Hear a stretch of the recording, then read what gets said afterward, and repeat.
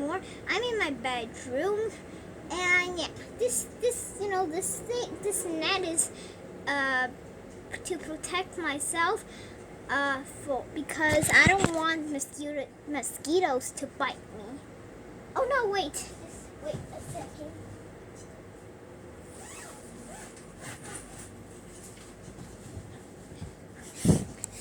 Yeah.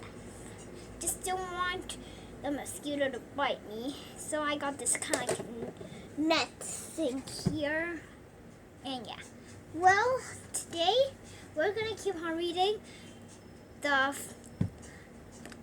Magic Animal Friend Poppy Muddy Pup Darning Rescue. Okay, so remember yesterday we read in let me see. Oh yeah. Back to Den. Okay, let's start reading again. Back to Den. Goldie, cried Jess. How do you know we're here? Ace lowered down the basket to the tower roof, and Goldie sprang out. She hugged her friend and cuddled Poppy. Then she quickly told them how she'd found them. When I got back to Friendship Forest,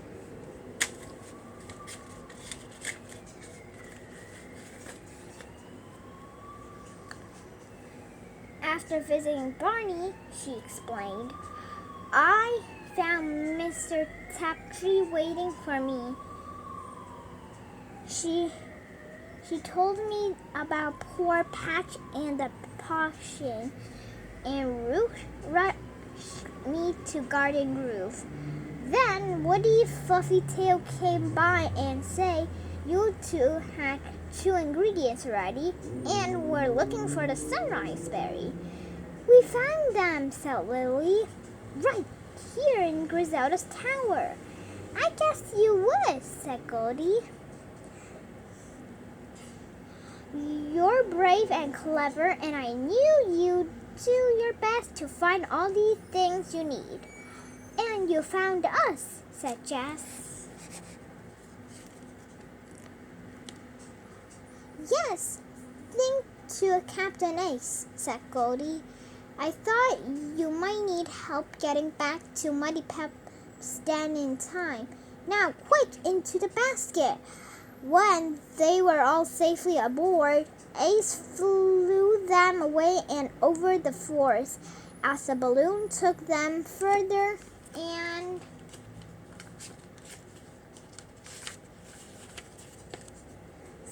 from Griselda's chilly tower. They felt happier and happier. But then Goldie gasped. Hurry, she cried.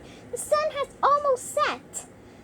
Captain Ace's wings beat harder and the balloon moved faster through the darkening sky. Poppy spotted her family den first. There, Captain Ace, she cried, pointing her paw. Ace lowered the balloon over the den and Lily climbed down a rope ladder, being careful not to step on the magical flower below. Who knew what might happen if they were trodden on? Just past Poppy to Lily, then she and Goldie climbed down.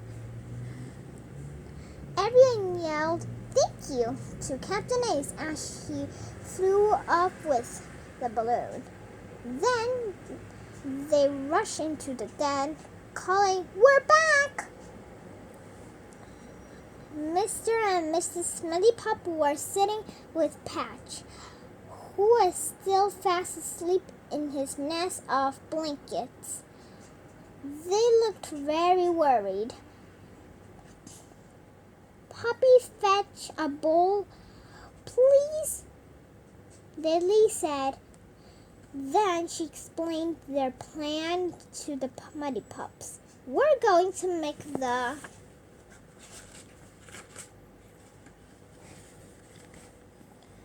rise and shine potion, and then we're going to wake Patch up.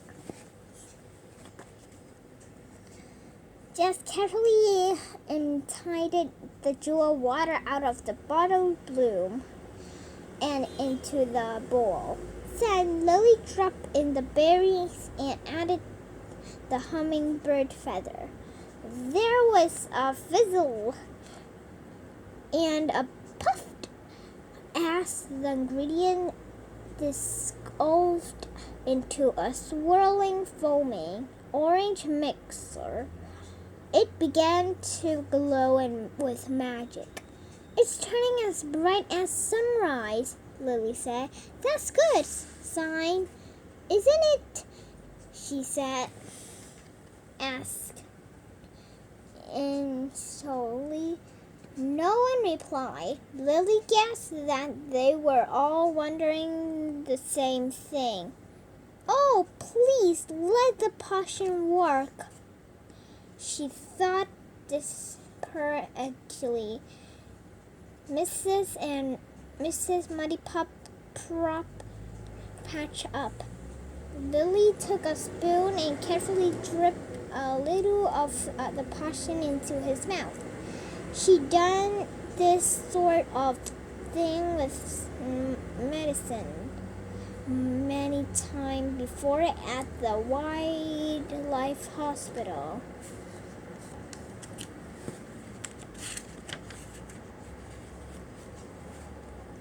But she'd never been quite so nervous. The potion fizzed as it touched Patch's tongue. His mouth moved a little as he tasted. Now, Lily was able to give him a whole spoonful. Fizzle, fizzle, it went. Patch's nose twisted. He yawned a great wide yawn, and finally he opened his eyes. Mrs. Muddy burst into happy tears. You saved him! Oh, thanks, girls. You saved my little Patch. How can we ever reply you? Jess and Lily felt as if they would explode with pleasure and relief. Through the windows, they could just see the last rays of the setting sun lighting the magic groove. They'd been just in time, but Jess saw something else.